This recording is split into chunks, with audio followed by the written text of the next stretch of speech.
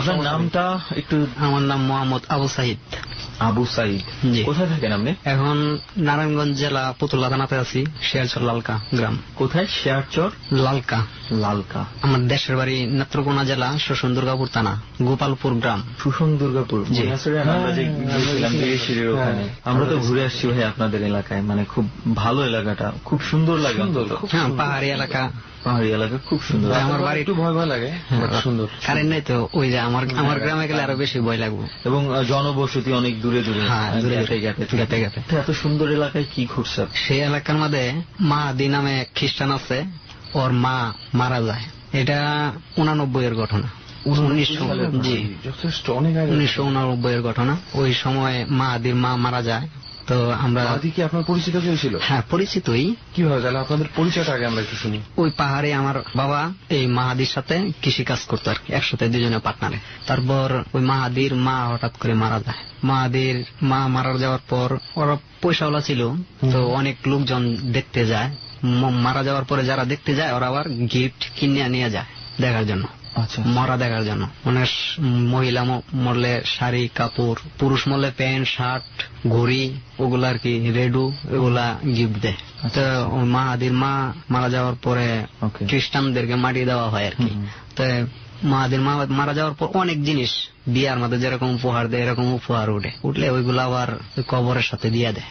আমি আমার জামাল ভাই, আমার ফুয়াত্তো ভাই থাকে, শহীদ থাকে পাড়াবসী এক ভাই বন্ধু, আবার কামাল ও জামালের ভাই, ওর নাম কামাল। কামালও থাকে। আমরা 4 জন মিলে প্রোগ্রাম করি যে ওই জিনিসটা আজকে রাত্রে যেভাবে হোক উড়াই আনবো। যেদিন মারা গেছে এর পরের দিন মাটি দেওয়া হয়েছে।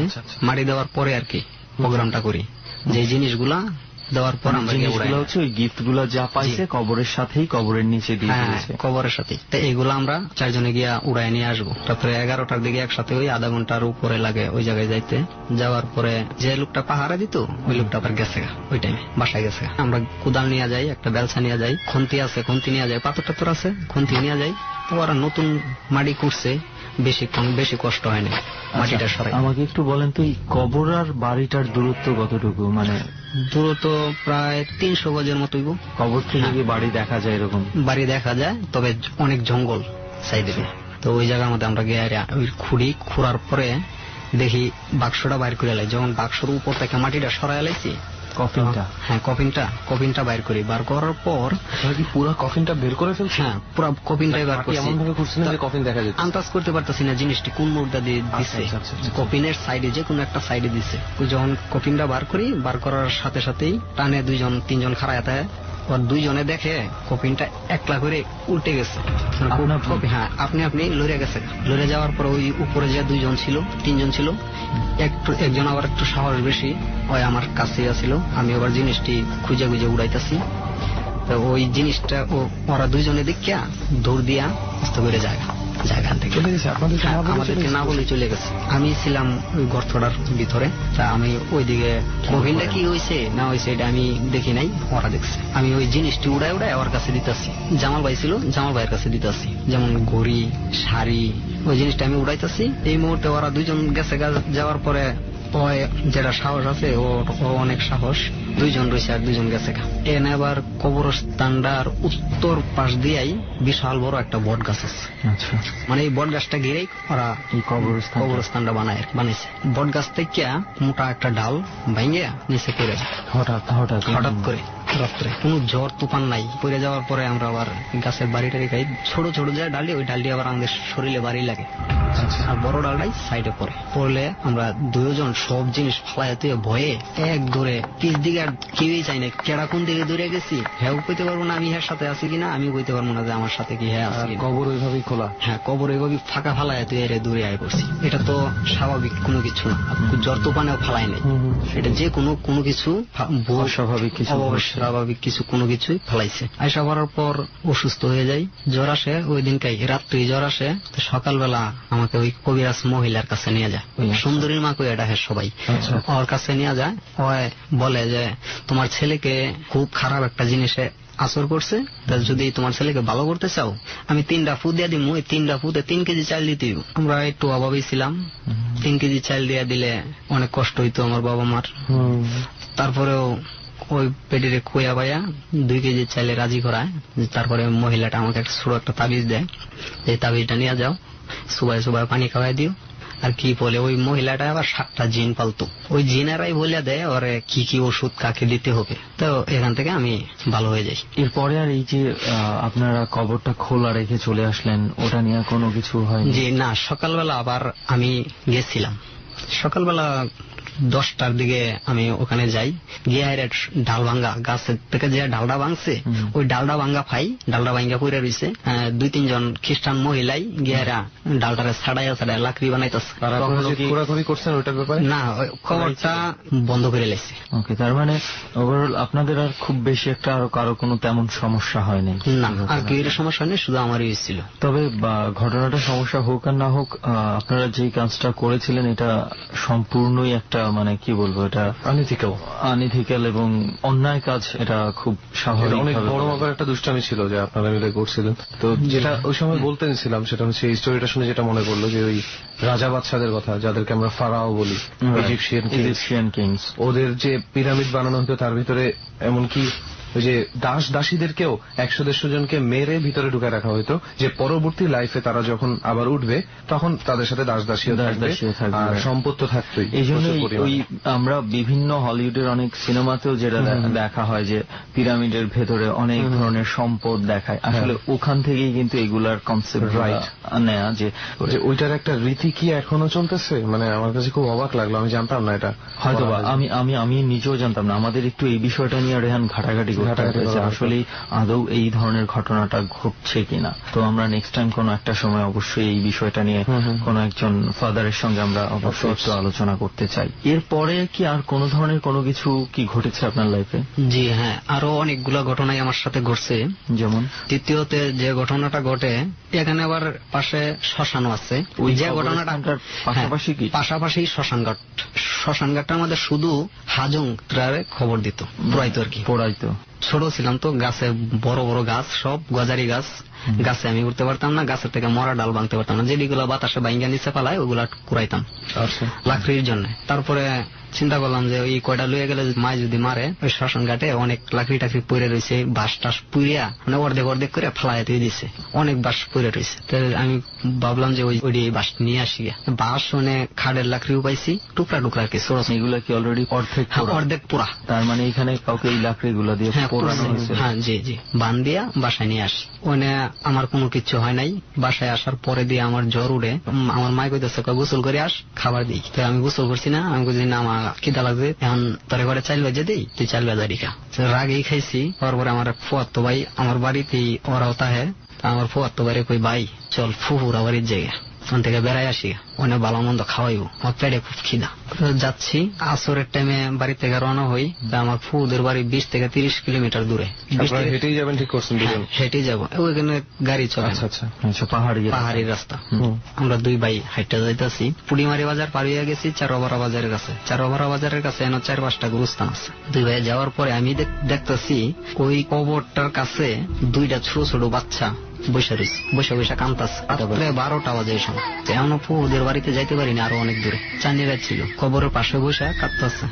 একটা কবরের পাশে নাকি কবরস্থানের পাশে বসে? কবরস্থান, 4-5টা কবরস্থান এনে। আচ্ছা আচ্ছা, ওইটাও পারিবারিক কবরস্থান। তা আমি বাচ্চাটির সাথে গিয়ে কথা বলি, এই তোমরা এনে কাঁদতেছো কেন, তোমার বাসা কই? আমার সাথে কোনো কথা কয় না, কান্তি আছে বলে হাত দিয়া ধরবার যায়। আমার ভাই আবার এই দিক দিয়ে আমার কোথায় যায়, তুই কার সাথে আবল তাবল কথা বলতেছিস? আমি বুঝি দেওয়াস না ভাই, 2টা ছেলে এনো কান্তাছে, বাচ্চা, ছোট ছোট বাচ্চা, কোন বাড়ির থেকে না এনো করে রয়েছে, চল এই বাচ্চাটিকে বাসা দিয়ে গে। জিজ্ঞাসা করতেছি বাচ্চাটিকে যে কই যাইবা তোমরা? বাচ্চাটি কোনো কথা বলে না। আমার ভাই বিশ্বাস করতেছে না যে ওই জায়গার মধ্যে এই 2টা ছেলের সাথে আমি কথা বলতেছি। দেখতেছি 2টা ছেলে খুব সুন্দর। আমার ভাই ওই ছেলেগুলোকে দেখতে পারতেছে না। বাচ্চা 2টার দিকে এমন মায়া লাগছে যে আমি বাচ্চা 2টার যে কোনো বাসাত নিয়ে দিয়ে আসবো। তো বাচ্চাগুলো আমি ধরবা চাই, আমার ভাই আমরা থাপ্পড় দিয়ে এদিকে কই যেতেছ না কব্বর, ওই না আমি বাচ্চাটি নিয়েই যাবো। তারপর বাচ্চার কাছে যাই, বাচ্চাটার আমি ধরি, এমনি চায়া রয়েছি। তো হঠাৎ করে আমি চোখের পাতিটা মারতে পারলাম না, বাচ্চাটা ছুঁয়ে দিচ্ছি, আমি হঠাৎ করে নাই, উদাও হয়ে গেছে, কোনো কিছু নাই। দেখার পর হঠাৎ করে নাই হয়ে গেছে বাচ্চাগুলো, আমি দেখলাম এখন নাই। বিশাল একটা ভয় পেয়ে গেছি আমি। ভাই আমার আগে থেকেই ভয় পেয়ে গেছে। আমি যখন আবল তাবল কইতেছি যেন বাচ্চাগুলো আপনি কিছু উল্টা পাল্টা দেখতেছেন, আগেই ভয় পেয়ে গেছে। আমাকে আবার এন থেকে কান্দ করে নিয়ে যায়। এমন দুর্বল হয়ে যাই, মানে হাঁটতে পারতাছি না। ফুদের বাড়িতে যাই, যাওয়ার পরে ফুফু আমার বাদ দেয়। খাওয়ার পরে আমার আরেক ফুফু আবার রানীপুর থাকে, আমার খাওয়া ফুটার পরে শুয়ে পড়ছি। শুয়ে পড়ার পরে এমন জ্বর আমার শরীরে আসছে, অনেক জ্বর। তো আবার কোনো হসপিটাল নাই, কোনো ডাক্তারও নাই। আমার ফুফুর বাড়ির থেকে 4-5 কিলোমিটার দূরে ডাক্তার। ওই ডাক্তারের কাছে থেকে ওষুধ আনছে আমার ফুফাই গিয়ে, ওষুধ খাওয়াইছে, আমার জ্বর একটু কমে নাই। আমার ফুফু কইতেছে কয় বড় বোনের বাড়িতে লয়ে যা, মানে একটা বড় একটা কবিরাজ আছে, কবিরাজ যারাইলে মানে অনেক রাত্রে আইছে, এর লেগে মানে জ্বর ডাইছে। বইটই পাইছিনি, কবিরাজের বারাত দুইজনে নিয়ে যায় কুলে করিয়া। কবিরাজ আমার ধরার পরে একটা কথাই কইছে, ছেলেটারে খাওয়াইয়া তারপরে নিয়ে আসছো, আগে নিয়ে আসতে পারলা না, তোমার ছেলে এটা তো খাইয়া লাইছে। ওই কবিরাজে আমারে এমন বান্দা সান্দা করে দেয়, তাবিজ দেয়, কোন কাজ হয় না। 1 সপ্তাহ যায়, 1 সপ্তাহ পর আবার ওই কবিরাজদের দেখায়া আমার বাসায় নিয়ে আসে। 3 মাস এখানে অসুস্থ পড়ে থাকি, বিছনা থেকে উঠতে পারি না, দাস্ত বমি। তারপর এক হুজুর আমাদের এই গ্রামে, ইমাম সাহেব আমার কি দোয়া টোয়া পুরে আমার মুখের মধ্যে ফুদে। এর পরের দিন থেকে আমি স্বাভাবিক হয়ে গেছি। মাঝে বলছিলেন যে আপনার মানে ফুফার কথা বলছিলেন যে উনি কোন একটা দুর্ঘটনায় এই ধরনের কিছু একটা, জি হ্যাঁ, সেটা কি ছিল? ফুফা আমাদের এখানে যারা দুর্গাপুরের আছে তারা অবশ্যই চিনতে পারবে, পাহাড়ে বড় গুফনা করে একটা নাম আছে পাহাড়ে, মানে পাহাড়ের নাম আমরা বলি বড় গুফনা। এই গুফনা দিয়া দিন হোক রাত্রে হোক যে কোনো লোক যাওয়া আসা করে। তো 2টা টাইম আছে, দুপুর 12:30টার দিকে, ওই টাইমে যদি কেউ এখান দিয়ে যায় তার একটু জ্বর হইলে হইব, যে কোনো একটা কিছু হবেই। ওই পাহাড়ের রাস্তা, ওই পাহাড়ের চিবি দিয়া, মানে 2 সাইডে 2টা পাহাড়, মাঝে দিয়া চিপা 2 পায়ে একটা রাস্তা, মানে একজন মানুষ আটটা যাইতে পারবো শুধু খালি, এরকম একটা রাস্তা। তো ওই রাস্তা দিয়া অনেক জঙ্গল চতুর্দিক দিয়া, ওই রাস্তায় আমার ফুফা যায় ভারতে, বর্ডার এলাকায়। বর্ডার এলাকায় যায়, ইন্ডিয়া যায়, ইন্ডিয়ার থেকে লাকড়ি আনে, মোটা মোটা গাছ, যেটি 1 কেজি 1.5 কেজি হবে, ওটি আবার উনি একলাই নিয়ে আসতে পারতো। ইন্ডিয়া থেকে গিয়ে গাছ কাটিয়া এই রাস্তাতে নিয়ে আসতো চোরাই পথে। হ্যাঁ, চোরাই পথ। দুপুর দিকে যায়, দুপুর 12টার দিকে যায় লাকড়ি আনতে। এদিনকার সন্ধ্যা 6টা-7টা বাজে, এখনো বাসায় আছে না। অন্যদিন 12টা বাজে গেলে 3টা-4টা বাজে আবার বাসায় চলে আসতো। তো এদিনকার বাসায় আসতেছে না, ফুফু গিয়া বলে, আব্বারে গিয়া কয় যে ভাইয়া তোমাদের জামাই সন্ধ্যা হয়ে গেছে, এখনো আসে নাই। আসে নাই মনে হয় কোনো সমস্যা আছে কইছে, সেই জন্য দেরি করতেছে, যে আইসা করবো। রাত্রে 11টা বাজে ওই টাইমে, 11টার সময় আমি আবার যাই বীর সাহেবের জন্য। অনেক জায়গার মধ্যে দোকান পাড়ে খোঁজাখুঁজি করি। তো খোঁজাখুঁজি করতে করতে পাহাড়ে যাই, যেহেতু লাকড়ি আনবার গেছে, তা আমরা পাহাড়ি যাই, একজন এক দিকে যাই। যে পাহাড়টার কথা আপনি বলছিলেন যে সমস্যা হয়, জি জি, ওই পাহাড়ের ওই রাস্তা কয়েকটাই আছে, মানে এক রাস্তা দিয়ে একজন দুজন করে যাইতেছি, একলা যাইবার আবার কেউ সাহস পায় না। যে ওই রাস্তায় 2জন গেছে, ওই রাস্তায় 2জন গেছে। তো বাইরে পর ওই বড় গুফনা যেটা বলে, ওই বড় গুফনা দিয়া আমি, আমার যে ফুফার ছেলে আর আমার আব্বা, আমরা 3 জন একসাথে যাই। যাওয়ার পর ওই গুফনাটার যখন সামনে যাই, যাওয়ার পরে গিয়া দিই আমার ফুফা উফুতে এমনি অর্ধেকটা মাথা নিচ দিকে পড়ে রয়েছে। একটা গর্ত আছে সাইডে, ছোট একটা গর্ত, ওই গর্তটার ভিতরে মাথাটা ঢুকে রয়েছে, আর পুরা বডিটা উপরে পড়ে রয়েছে। কাঠটা সাইডে পড়ে রয়েছে, কাঠও বিশাল বড় কাঠ সাইডে পড়ে রয়েছে। আমরা তো, আমার বাবা এবার গিয়ে হারিয়া দেখে হারিয়াই পিঠের মাধ্যমে এমনি করে থাবা দিয়া ধরার পর দিয়া পিঠের থেকে যে জামাটা ছিল, শরীরের চামড়াটা সহ জামাটার মধ্যে বাজিয়া উঠে আয়া পড়ে, জামাটা ছুটে আয়া পরে 3-4 জনে ধরে দিয়ে চিৎকার দিই। চিৎকার দেওয়ার পরে সবাই একখানে টাচ করন যাইতেছে না, এমন ভাবে যেমন আগুন দিয়া সিদ্ধ করে দিচ্ছে। জামা কাপড়ের সাথে শরীরের চামড়া ছিলাইলে, আলু সিদ্ধ করে ছিলাইলে যেরকম উড়ে না, এরকম শরীরের চামড়াটা কাপড়ের সাথে বাজে বাজে উঠে থাকা। 3-4 জনে দৌড়াদৌড়ি করে বাড়িতে আনে, আর গোসল করাইতে পারে না, যে পুরা শরীর হয়তো গোসল করানো সম্ভব না, গোসল করাইতে পারে না, পুরাটা শরীর পুড়ে গেছে, কালো বিশ্রী হয়ে গেছে। আশেপাশে আপনারা গাছের আশেপাশে কোনো আগুন জ্বালানোর সাইন সিগনেচার কিছু দেখেন নাই যেখানে উনি পড়েছিল? না, এখানে কোনো কিচ্ছু না, শুধু জঙ্গল সবুজ। এমনকি যেই জায়গাটাতে আগুন লাগানো হয় জায়গাটা তো কালো হয়ে থাকে। হ্যাঁ, জায়গাটাও কালো হয়ে থাকে। তবে যা জিনিসটা, যখন জামাটা খুব কষ্ট করে খোলার পর দিয়া এরকম 5টা আঙ্গুলের ছাপ পাওয়া যায় পিঠের মাথায়, রক্ত লাল হয়ে লেগে রয়েছে, লাল দেখা যাইতেছে 5টা আঙ্গুল, হাতের 5টা আঙ্গুল যেরকম, এরকম 5টা আঙ্গুলের ছাপ দেওয়া যায় পিঠের মাথায়। মানে পিছন দিকটা এমনি থাপ্পড় দিচ্ছে, তারপর দেওয়া যায়, এমনি ভূতে পড়ছিল, মুখটা নিচ দিকে দিয়া এই পরাতে মনে করেন আর লড়ার মতো ক্ষমতা হয়নি। আচ্ছা, তারপর লাস্ট আইনে আমরা মাটি টাড়ি দিই। মাটি দেওয়ার পরে আমার ফুফু বইতেছে, কয় ভাই তোমরা জামাইরা মনে হয় কেউ অ্যাসিড মাইরা পুড়িয়া লাইছে, পুড়িয়া মারছে। কয় রে এই শিবির ভিতরে এই পাহাড়ের মধ্যে কেডাই অ্যাসিড মারবো? তোর জামাইয়ের তো কোনো শত্রু নাই, কে অ্যাসিড মারবো? তাছাড়া রেহান কাঠগুলো কিন্তু ওইখানেই ছিল। হ্যাঁ জি, কাঠগুলো কেউ চুরি করে নিয়ে গেছে, তো কাঠও এখানেই আছে, কাঠটাও সাইডে করে রয়েছে।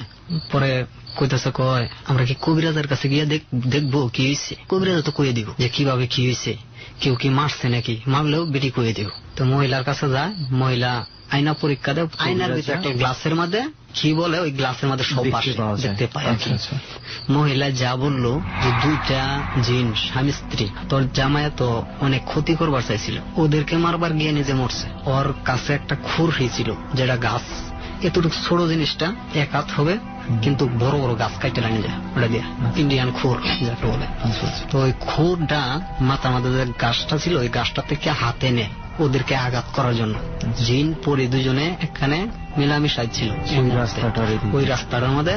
ওই দেখতে পায় 2টা ছায়া ওর সামনে দিয়ে আনিগুনি করতেছে, তাই ওই সাহস করে দাউডা লইয়া চাইছিল যে লোয়াটা হাতে থাকলে কিছু হবে না।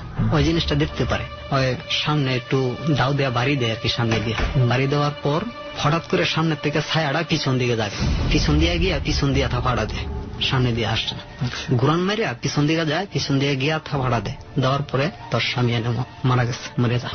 সেই কবিরাজ আয়না পড়া দিয়ে বলেছে, কবিরাজে বলছে।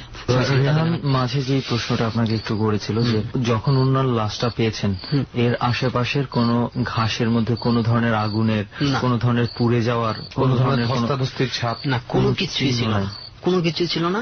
সাধারণ ভাবে করে রয়েছে।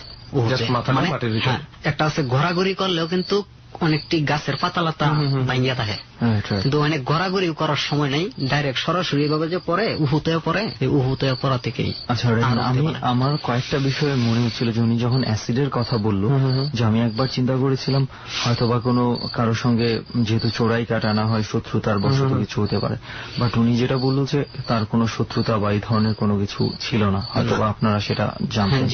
এবং তার চেয়ে বড় বিষয় হচ্ছে যে অ্যাসিড দিয়ে যদি পোড়ানো হয়, আমার মনে হয় জামা কাপড়ের উপর দিয়ে ঢাললে রিঅ্যাকশনটা অন্যরকম। জামা কাপড়টা, হ্যাঁ রাইট, এটা খুব স্ট্রং একটা পয়েন্ট।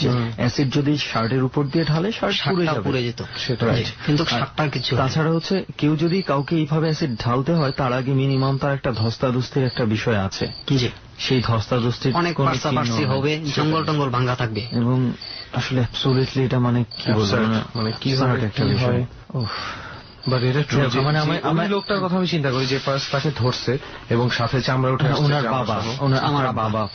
আর সবচেয়ে লাস্টার যদি একটু চিন্তা করো যে লাস্টটা কি বিভৎস হইতে পারে ওই মুহূর্তে, রাতের বেলা এই ধরনের বিভৎস লাশ দেখা। যাই হোক, এরকম ঘটনায় আমার দুইটা ফুপা ছিল, 2টা ফুপাই মরছে, মারা গেছে। এটা কি ওই জায়গাতে না অন্য একটা জায়গা? অন্য একটা, যে আমি যে জায়গায় গেছিলাম আমার ফুফুর বাড়ি, ওই বাড়িতে, ওই বাড়ির ফুফু। আচ্ছা আচ্ছা, ওই বাড়ি কি হয়েছে ঘটনা? ওই আবার রাত্রে গান বাজনা করতো ওই কবিরাজের সাথে, যে কবিরাজ আমার যার ছিল। তো গান বাজনা করে রাত্রে 12টা বাজে বাসায় আসে। আসার টাইমে রাস্তার মধ্যে যেমন একটা ছড়া আছে, ছড়ার আমাদের মাজার সমান পানি, ওই পানিটা যখন একলাই এসে উঠছে হয়, অন্যরা যার যে বাসায় গেছে, ওই নিজের বাসায় এসে, নিজের বাসার সাথে একটা ছড়া আছে, ওই ছড়াটা ছোট একটা নদী আর কি, মানে পাহাড়ি এলাকায় ছড়া বলা হয়। এই ছড়াটা যখন পার হয় তো মাজা সমান ফানি, মাজা সমান, ওই ফানিটার মধ্যে যখন নামলে ওই ফানিতে মনে করেন যে ওর গাড়ির মধ্যে ধরিয়া এই অলৌকিক ভাবে মানে গার মটকাইয়া দেয়। ওই ফানিতে নামার পরে দিয়ে মটকাই দিলে ওই ফানিতে বাসা পড়ে। নগদে কোনো চিৎকার দেওয়ার সময় পায়নি। তখন কয়টা বাজে সময় রাত্র 1:30 বাজে। সারা রাত্র বাসায় আসে না। আমার ফুফু মনে করে যে মনে হয় গানই রয়েছে, তবে আসে নাই, মনে হচ্ছে সকালে আসবে। তো সকালে আসে না যখন, আমার ফুফু আবার গরু পালতো, গরু নিয়ে ওই সরার পারে আবার ডিগরা দেয় ঘাস খাওয়ার জন্য। ওই সরার পারে গরু নিয়ে যায়, নিয়ে আগে দেখে আমার ফুফা পড়ে রয়েছে, সাইডে দাবাই জেরেছে। জঙ্গলের সাইডে, ছড়ার সাইডে দিয়ে আবার জঙ্গল আছে, ছোট ছোট ঝুপড়া আছে, ওই সাইডে দিয়ে পানির মাঝে বসে রয়েছে আমার ফুফা। পরে লাশের মধ্যে কোনো ধরনের কোনো চিহ্ন বা কোনো কিছু, কোনো গাড় মটকানো ছিল শুধু খালি। তোলার পর দেখেছেন যে গাড়টা ছিল পিছন দিয়ে ঘুরে রয়েছে, মানে আমার যেমন সামনে দিয়া ওই পুরো মুখ সহ পেছন দিকে মুখের চেহারাটা, যে চেহারাটা তাই পিছন দিকে, পেছন দিকে, বডি যার সামনে দিকে থাকে। এটা আপনি দেখেছিলেন? হ্যাঁ, এই লাশটাও আমি দেখছি। আমার দুইটা ফুফাই এভাবে মারা গেছে। আচ্ছা, আপনার লাইফে কি আর কিছু ঘটেছে আপনার ব্যক্তিগত? হ্যাঁ, যে আমার লাইফে আরেকটা ঘটনা, যখন 2001-এর ঘটনাটা, আমি একটি মেয়েকে ভালোবাসতাম।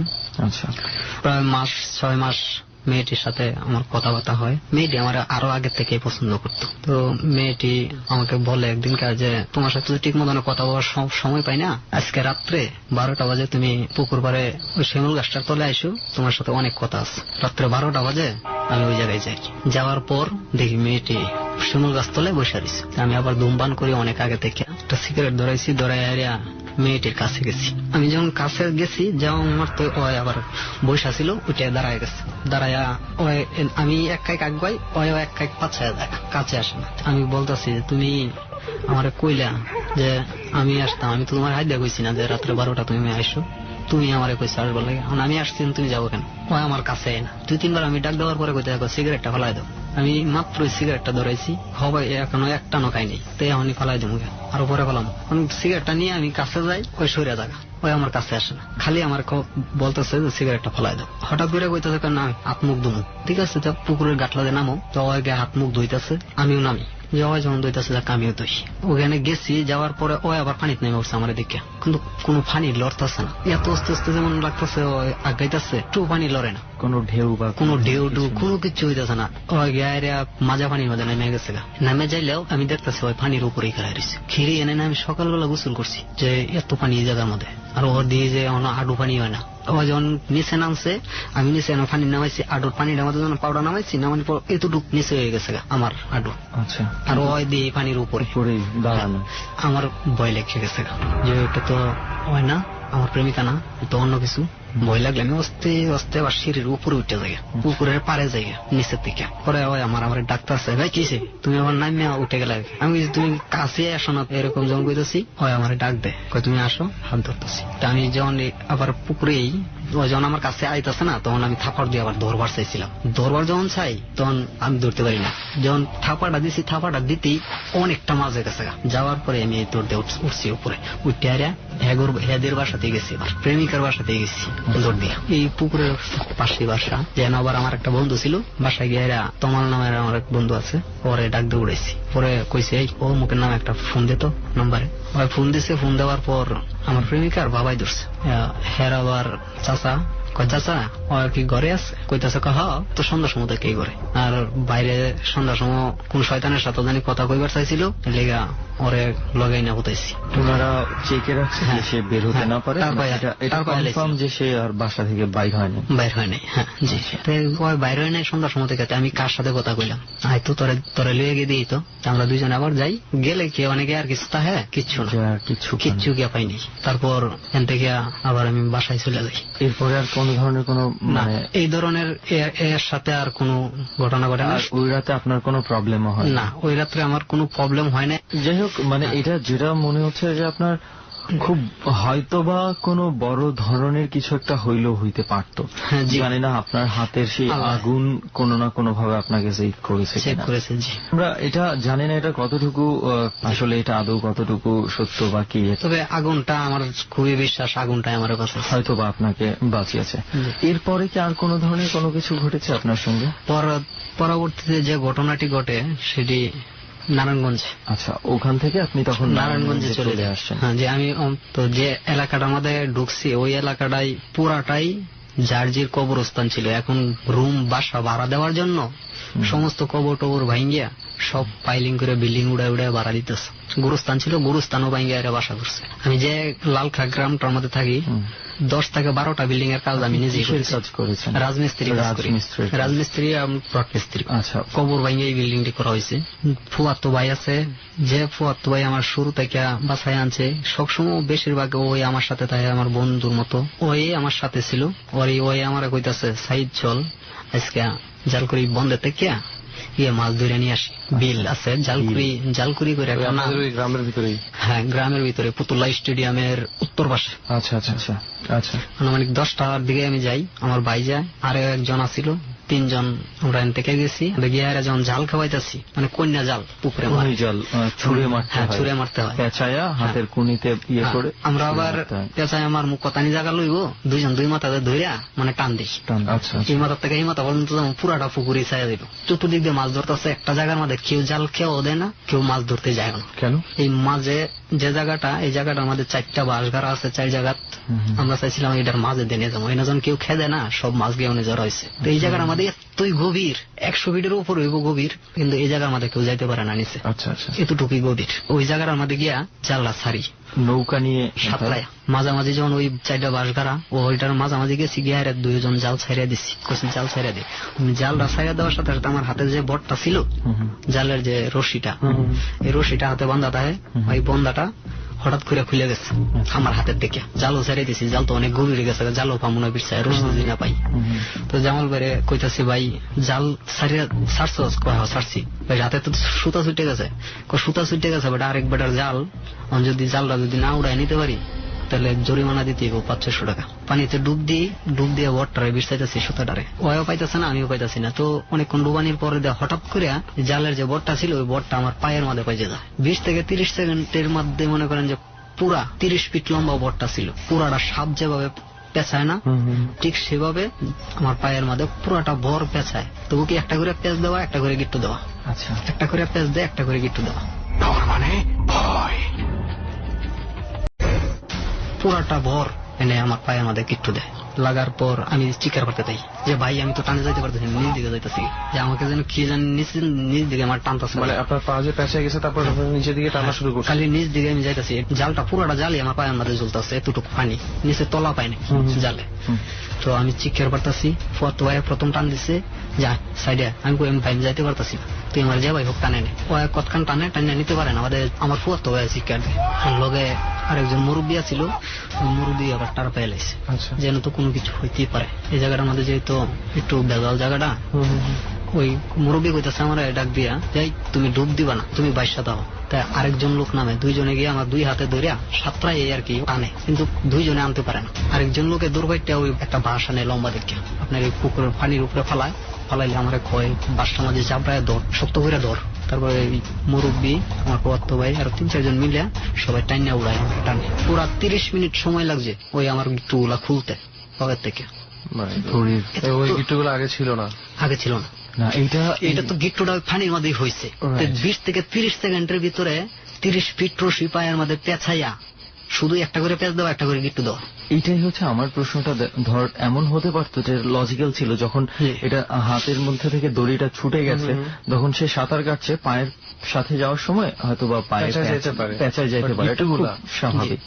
বাট এই যে এইভাবে গিট লেগে যাওয়া, গিট্টুগুলা যে লেগে গেছে, এইটা আই থিঙ্ক এটা একটা করে পেঁচ দেওয়া, একটা করে গিট্টু দেওয়া। কিন্তু গিট্টুটা কিভাবে সম্ভব?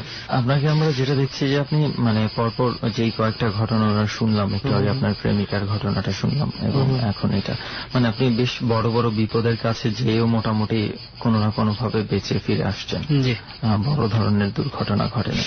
আর কি কোনো ধরনের কোনো কিছু কি আছে আপনার লাইফে? আমার আরেকটা ঘটনা আছে, রমজান ঈদের 28 দিন পর ঘটনাটা। এটাও ওই পুতুলাতেই, যে বাসাতে থাকি, এই বাসায় আমার মেয়ে, ছোট একটা মেয়ে আছে, 9 বছর বয়স মেয়েটার।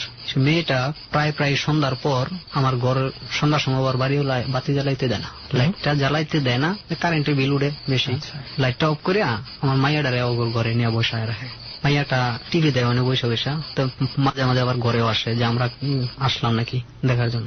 তাই সে দর খুলে আর লাইট জ্বালানোর আগে দরটা খুলে যখন ভিতরে ঢুকার পর দেখে ঝিলমিল একটা মহিলা, ঝিলমিল শাড়ি পিনতে, মানে চিকচিক করে, যে পাতিমুতি লাগাই না থাকে না, পাথর টাথর লাগাই না শাড়ি, ওই শাড়িগুলা চিকচিক করতেছে। একটা মহিলা বসে রয়েছে ঘরের কোনায়। আমি কই ধর, মানে ওই সময়টাতে আপনারা বাসায় কেউ থাকেন না? না, বাসায় কেউ থাকে না। এবং আপনার মেয়েটা কয়েকদিন ধরেই দেখছে, কয়েকবার দেখছে এই মহিলাকে? 2-3 বার আমার সাথেই বলছে যে আব্বু কে জানি আমাকে ঘরে না বসে থাকে ওই কোনার মধ্যে। আমি চিন্তা করছি বাচ্চা মেয়েটার কি অবস্থা হতো প্রত্যেকবার যখন সে দেখতো। আচ্ছা বলে তা আমি কইছি ধর এর কিছু না, তো আমি বিশ্বাস করতাম না। তা এদিকে আবার আমি বাড়িওয়ালারে কইছি, বাড়িওয়ালা কইতেছে না আমরা বাড়ি এরকম কোনো কিছু নাই, হুজুরে দিয়ে আমরা সব তাবিজ করে এরা বাড়ি বাইন্ধে রাখছি, এই বাড়িতে কোনো কিছু ঢুকতে পারবে না। বাড়িওয়ালা কয় বাড়ির সাইডে থাকতে পারে কিন্তু আমার বাড়িতে নেই, আমার বাড়ি তাবিজ দিয়া বান্ধা, তাবিজ গেড়ে দিছি বাড়ির চতুর্দিক দিয়ে। বিশ্বাস না করলে আমিও জাগা ছোট মানুষ দেখছি, আমরা তো আর কিছু দেখছি না। সকাল 8টা বাজে আমি কাজে যাই, কাজ করতে করতে যে কাজটা করি, কাজ করতে করতে রাত্রে 12টা-1টা বাজে যায়। বাসায় চলে আসার পর গেটের মধ্যে এসে অনেকক্ষণ ডাকাডাকি করি, কোন লোক শুনতে পারে না। ভিতর দিয়ে আবার তালা মাইরা লাই 10টার দিকে গেট। তা আমি আবার কি বেশি লেট করলে যদি কেউ না উঠে তাই আমি বাউন্ডারির ওয়াল আছে, ওয়াল টপকাইয়া ভিতরে যাইতাম। তো অনেকক্ষণ ডাকলে কেউ শুনে না, তারপরে বাউন্ডারির ওয়ালে যাই। ওয়ালটা আমার মাথা, আমার যতটুকু হাইট তার থেকে আরো 2 ফিট উঁচা ওয়ালটা। ওই ওয়ালটার মধ্যে আমি ফাল দিয়া ধরিয়া উপরে উঠি। ওয়ালের উপরে যখন উঠি, উঠার পরে দেখি একটা মহিলা এত সুন্দর ভাবে সাজিয়া, শুধু মুখটা দেখা যাইতেছে না আর পুরা শরীরটাই দেখা যাইতেছে। মানে কাপড় পিন্দা যে একটা মানুষ যে বসে রয়েছে, একটা মহিলা, হ্যাঁ স্পষ্ট দেখা যাইতেছে। উনি আমার ঘরের দুয়ারের মধ্যে বসে রয়েছে, চিরাটার মধ্যে বসে রয়েছে। আমি ওয়ালের উপরে উঠতে 3-4টা ডাক দিই, ভাই কেডা আপনি এনেকে কেলাগে বলেছেন আমার ঘরের দুয়ারে? কোনো সারা শব্দ দেন না, জুড়ে চিৎকার দিই। ঘরের থেকে আর লোকজনরা ডাকি, বাড়িওয়ালারে শুদ্ধা ডাকি, কেউই আমার কথা শুনতে পারে না। আমি অনেক চিৎকার ভাই ডাক দিছি, জিদ দেও ডাকছি। ডাকার পর ওই মহিলা থেকে এক চুলও লড়ে নেই, ওইখানেই বসে রয়েছে। মহিলার মানে অবস্থাটা এরকম যে আপনাকে দেখতেই পাচ্ছে না। আমি তো স্পষ্ট দেখতে পারতেছি, ওই ভাব ধরতেছে যে আমার দেখতেছে না, ওই নিজ দিকে চাই রয়েছে, কোন উত্তর দিতেছে না, কোন লড়তে আসে না, চুপ করে বই রয়েছে, কোন কথা বলতেছে না। যখন কয়েকটা ডাক দিই, ডাক দেওয়ার পরে আমি একটু ভয় পেয়ে যাই যে আমার মাইয়ার কথাটা মনে হয়ে যায় যে আমার মেয়েটা তো এটা কইছিল এরকম ধরনের, তো এটাই তো হইতে পারে। আমি আবার ওন থেকে ওয়ালের থেকে ফাল দিয়ে নামা পড়ি, নামে আর রাস্তায় যাই, দোকানে যাই। আমি দোকানে গিয়ে কাঁদতে আসি, কইতেছে কিরে তুই কি কোনো চুরি টুরি করবার গেছিলি নি? এবার আমি বলছি ভাই এই ঘটনা, আমাকে একটু ঘরে দিয়ে আনো। দোকানদারের দোকানে বই রয়েছে 2-3 জন কাস্টমার, আমার এক পরিচিত বাসায় আসে দিয়া জানলে লেখা। তো আর আমি কইছি যে আমি তো ওয়াল টপ করে যাইতি, ঘরে ডাকলে উঠে না। পরে আবার গেটের মধ্যে এসে টুকা দিছি, টুকা দেওয়ার পরে আমার ঘর থেকে আমার ওয়াইফ বাইরেছে, আবার উপর থেকে লোক আছে, গেট খুলে দিছে। তখন আর কোনো কিছু না, পরে গিয়ে একটা ডাক দিতে গেট একটা টুকা দিছি, খালি সিটকারি একটা বাড়ি দিছি, বাড়ি দেওয়ার পরে দেই ওরা আবার খুলে দিছে। তারপরে একটা দেখতেছি কালো একটা বিড়াল, যে আমার রুমটা যে এই বাম সাইডে ঢুকতে সোজা সামনে করে, গেটটা দিয়ে ঢুকতে সোজা সামনে, আর হাতের বাম পাশে লোক একটা বাথরুম আছে, ওই বাথরুমটার উপরে কালো একটা বিড়াল 2টা ছোট ছোট বাচ্চা লিয়া বসে দিচ্ছে। তো এইটুকু আমি দেখি, কিন্তু ওই মহিলা যে দেখলাম, পরে চিন্তা করলাম রাত্রে 1টা বাজে 1:30 বাজে গেছে এটা আমি। তো 1:30টার সময় এখন গিয়া সবাই যদি এগুলা কই, হয়তো আমার ঘরেও ভয় পাইতে পারে, আমার ঘরে ধরে যদি ভয় পায়, আমি আর কেউ কিছু কই নাই। তো বাড়িওয়ালারে পরবর্তীতে আবার জানাই এই ঘটনাটা এখানে ঘটছে। বাড়িওয়ালারা জানাই, বাড়িওয়ালা বিশ্বাস করে না। তো এখনো কি আপনি সেই বাড়িতেই আছেন? এখনো আমি সেই বাড়িতেই আছি। কোন ধরনের আর কিছু কি দেখছেন? না, এই মহিলাকে আর দেখেননি? না, ওই মহিলাটাকেও আমি আর এখন দেখতে পারি। আমার মেয়েটাও এখন কিছুদিন ধরে দেখতেছে না, তো আমার মেয়েটাকে একটা তাবিজ এনে দেওয়া হয়েছে। যাই হোক, আমার লাস্টে যেটা মনে হলো যে এখনো পর্যন্ত আপনি আর ওখানে কোন ধরনের কোন প্রবলেম ফেস করেন নাই বা কোন ধরনের কিছু দেখছেন না? না, জি না। তবে এইখানেই পাশের বাড়িতে আবার আরেকটা ঘটনা ঘটে, ওইটা আমি শুনছি এবং কি এখনো প্রমাণ আছে। একটা মহিলা পাগল হয়ে গেছে, এখন পর্যন্ত পাগল। কেন, কি হয়েছে? আর একটা পুরুষ আছে পাগলা করতে। কি হয়েছিল তাদের? ওই জায়গার মধ্যে ওদের পশ্চিম পাশে ওরা বাথরুম করে করতো, ছোট একটা জঙ্গল ছিল, গ্রামের মতোই। যে ওই জায়গার মধ্যে গিয়া ওই মহিলাটা রাত্রে 12টা 12:30টার দিকে বলে ঘুমের থেকে উঠে ওই জায়গাটার মধ্যে রাস্তাটার মধ্যে বাথরুম করে যখন ঘরে আসে, আসলে ওই বাথরুম করবার যাওয়ানোর সময় যে জায়গাটা বাথরুম করে ওই জায়গাটা আমাদের ওই একটা ভদ জিন, সেই জিনটা এই জায়গাটা দিয়া যাওয়া আসা করে। পড়ার পরেই ওর উপরে ওই জিনটা আছর করে।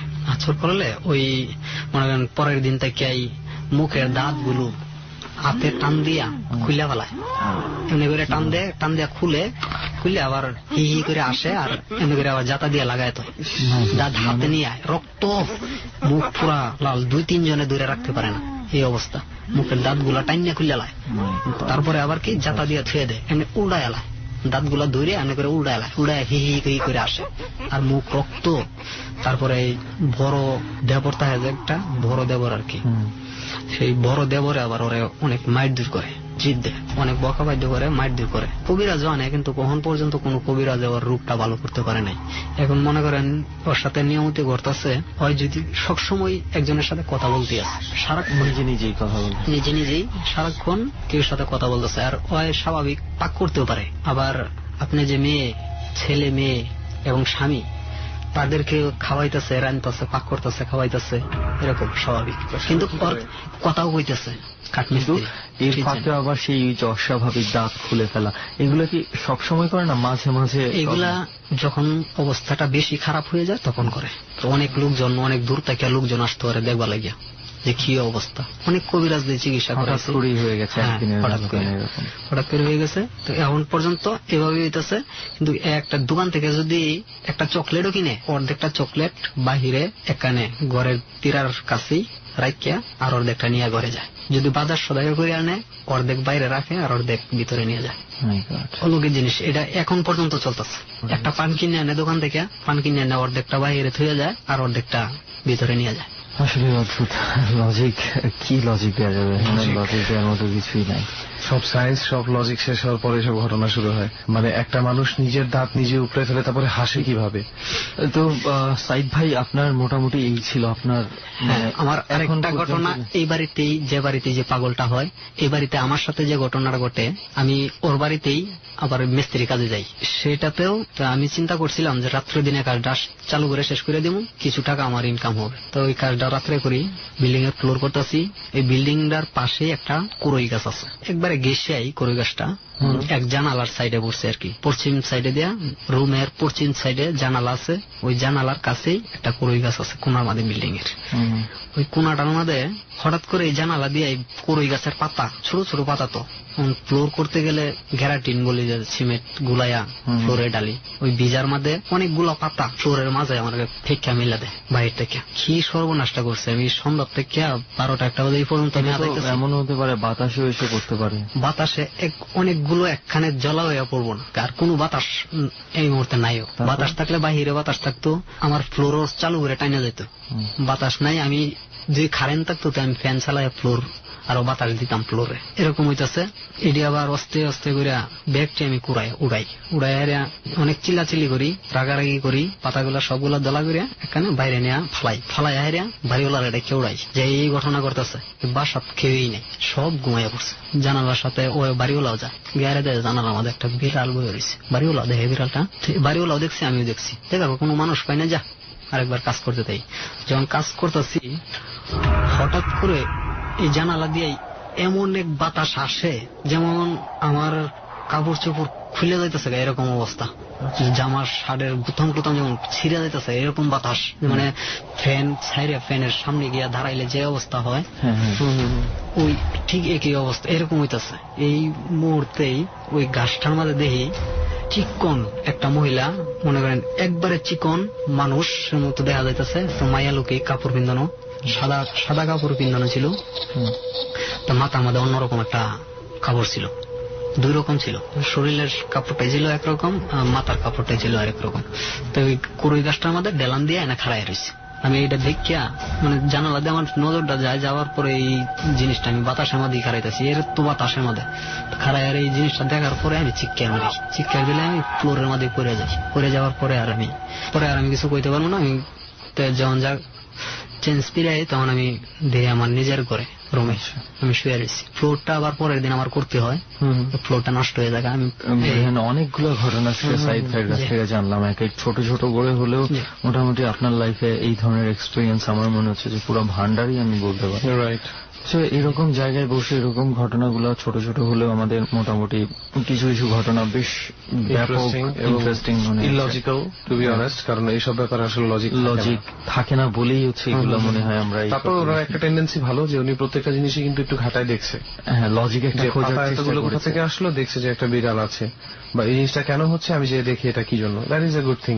এটা আমাদের করা উচিত। বা ওনার অ্যাসিডের যে ঘটনাটা বললো, শার্টটা কেন, মানে শার্টটা তো পুড়ে যাওয়ার কথা ছিল, যে কিছু জিনিস আপনি অবজার্ভ করেছেন নিজে থেকে। তো যেটা হলো যে সাইদ ভাইয়ের গল্প তো শুনলাম,